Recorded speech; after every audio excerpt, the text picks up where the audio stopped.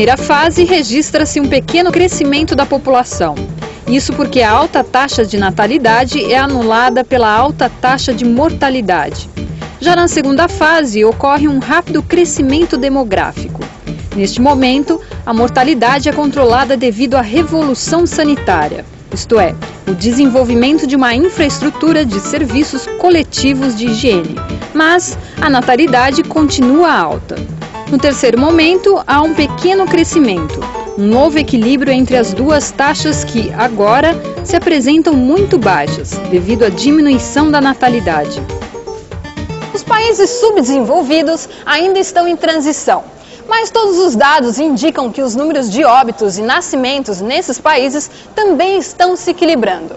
Resumindo, todos esses números nos levam a uma conclusão que ainda bem não é nada catastrófica, indicando que em 2050 a população mundial tende a se estabilizar em 10 bilhões de habitantes. Ô Gil, mas além das taxas de mortalidade e natalidade, o que mais envolve, o que mais determina o crescimento de uma população? Bom, tirando as taxas de natalidade e mortalidade, a dinâmica de uma população tem um outro fenômeno muito conhecido, a migração. Não é de hoje que os homens se deslocam em grupos ou sozinhos. Para o nosso continente especificamente, para a América, esse movimento foi muito intenso durante os séculos 18 e 19, quando os europeus vinham para cá em busca de uma nova vida ou de trabalho.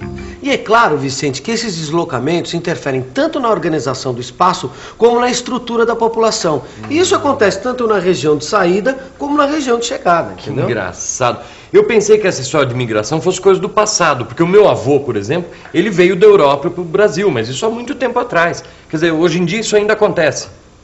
É claro que as migrações internacionais não ocorrem hoje como no século XIX ou mesmo no início do século XX, quando milhões de pessoas trocaram seus países de origem. Mas mesmo assim, ainda hoje, são expressivas as migrações internacionais. O mundo iria ver 4 outros grandes fluxos migratórios internacionais após a Segunda Guerra Mundial.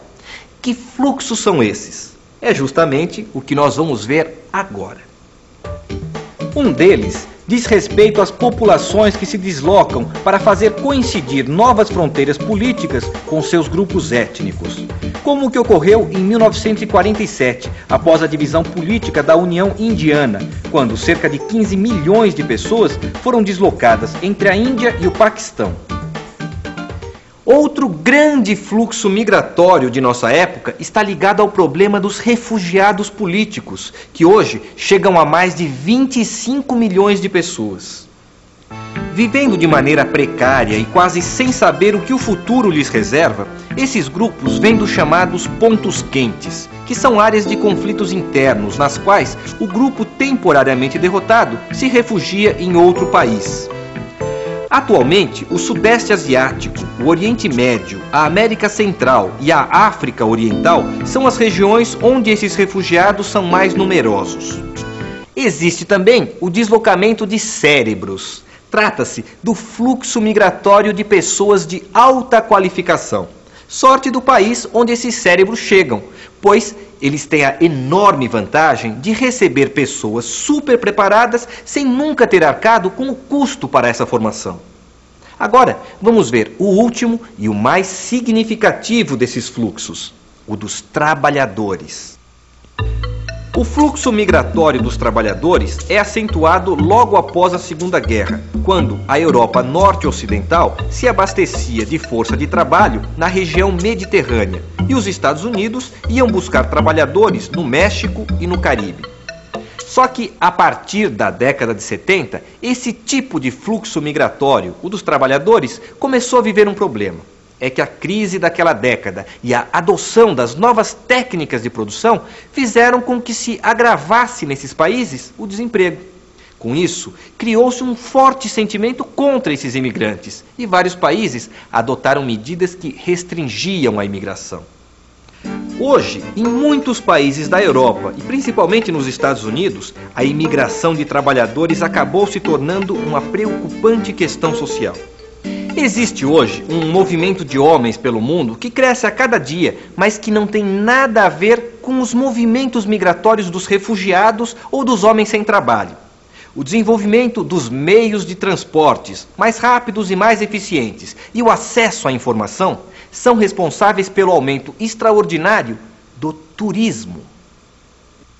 Aqui no Aeroporto Internacional de Guarulhos, tem muita gente embarcando para outros países. Para onde será que elas vão? Vocês vão viajar para onde? Nós estamos indo para Espanha. Mas que lugar? Barcelona. Munique. Eu estou indo para Inglaterra. A que cidade? Estou indo para Londres. A Madrid. Para a Itália. A Itália que lugar? Para Roma. Estados Unidos, Nova York. Grande parte dos turistas que saem do Brasil viaja para a Europa. E é mais ou menos isso o que acontece no mundo todo. A maior parte dos turistas internacionais vai para a Europa Ocidental. Os Estados Unidos são também muito visitados. Mas chega de explicação. Está na hora de revisar o que a gente aprendeu hoje. E atenção, se liga aí que é hora da revisão. Na teleaula de hoje, você viu que o crescimento da população mundial é desigual no tempo e no espaço. Pois, se alguns países desenvolvidos já completaram sua transição demográfica, igualando o número de mortes ao de nascimentos, outros ainda não chegaram nessa fase.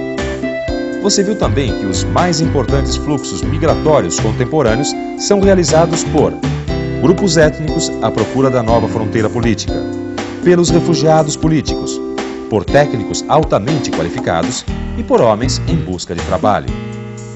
Por último, você viu que o turismo de massa, pelos recursos que movimenta, é uma das mais importantes atividades da economia moderna. Como você viu na teleaula de hoje, o vai e vem das populações pelo mundo é intenso e cheio de reviravoltas. E para você entender como isso ocorre, não se esqueça que é fundamental você ler o seu livro de estudos e fazer os exercícios. Dessa forma, você vai poder fazer os exames finais sem problema nenhum, tá certo? Até a próxima teleaula!